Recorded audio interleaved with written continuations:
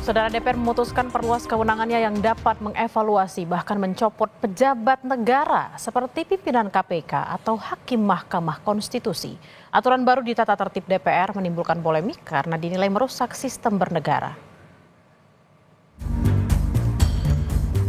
DPR memutuskan memperluas kewenangannya sehingga dapat mengevaluasi bahkan mencopot pejabat negara seperti pimpinan KPK atau Hakim Mahkamah Konstitusi.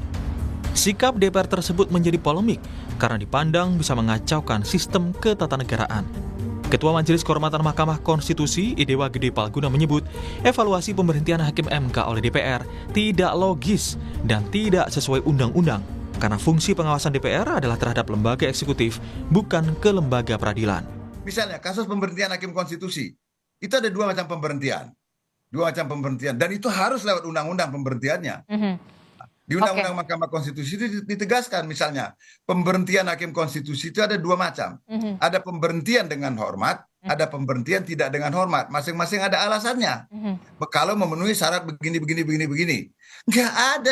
Nggak ada, memang tidak logis dan tidak boleh. Masa ada syarat pemberhentian Hakim Konstitusi karena rekomendasi dari DPR? Dari mana ceritanya itu gitu loh?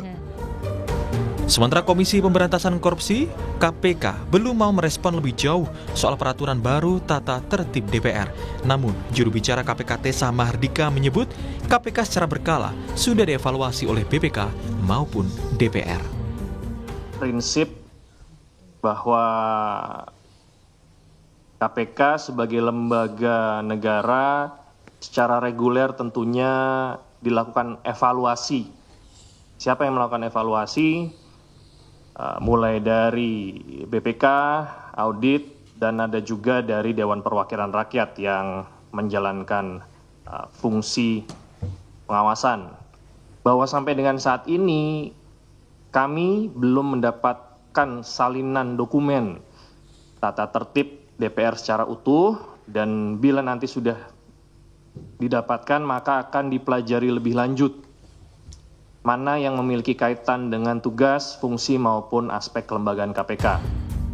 Dalam revisi tata tertib, DPR menyelipkan ketentuan baru di pasal 228A. Di ayat 1 tertulis, dalam rangka meningkatkan fungsi pengawasan dan menjaga kehormatan DPR terhadap hasil pembahasan komisi, sebagaimana yang dimaksud pasal 227 ayat 2, DPR dapat melakukan evaluasi secara berkala terhadap calon yang telah ditetapkan dalam rapat paripurna DPR. Dengan disahkannya revisi tata tertib DPR, maka kini semua pejabat yang dipilih DPR melalui uji kelayakan dan kepatutan, serta ditetapkan dalam rapat paripurna DPR, bisa dievaluasi oleh DPR, termasuk pimpinan KPK, KPU, Bawaslu, Hakim Mahkamah Konstitusi, dan Hakim Agung. Wakil Ketua DPR Sufmi Dasko Ahmad menyebut tatib baru DPR yang dapat mengevaluasi pimpinan lembaga yang ditetapkan rapat paripurna DPR merupakan penegasan fungsi pengawasan. Dia mencontohkan, seandainya pimpinan lembaga sakit-sakitan, maka DPR bisa melakukan evaluasi soal kinerjanya. Ya, saya pikir kan itu cuma penegasan saja dari fungsi pengawasan yang selama ini sudah ada. Bahwa pengawasan yang dilakukan oleh DPR terhadap mitra-mitranya itu juga sudah berjalan. Nah, namun kita tegaskan lagi bahwa dalam keadaan tertentu hasil fit and proper yang sudah dilakukan oleh DPR bisa kemudian dilakukan evaluasi secara berkala untuk kepentingan umum justru.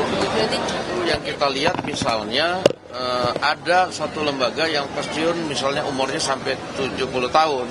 Nah, dan dia di situ sudah menjabat selama 25 tahun.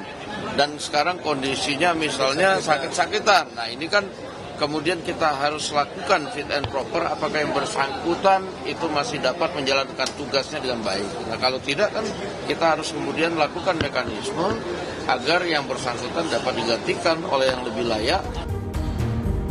Saat ini DPR terlibat dalam pemilihan 1.787 pejabat di 36 lembaga dan komisi negara. Namun, aturan baru DPR diharapkan tidak mengganggu independensi pejabat. Tim Liputan, Kompas TV.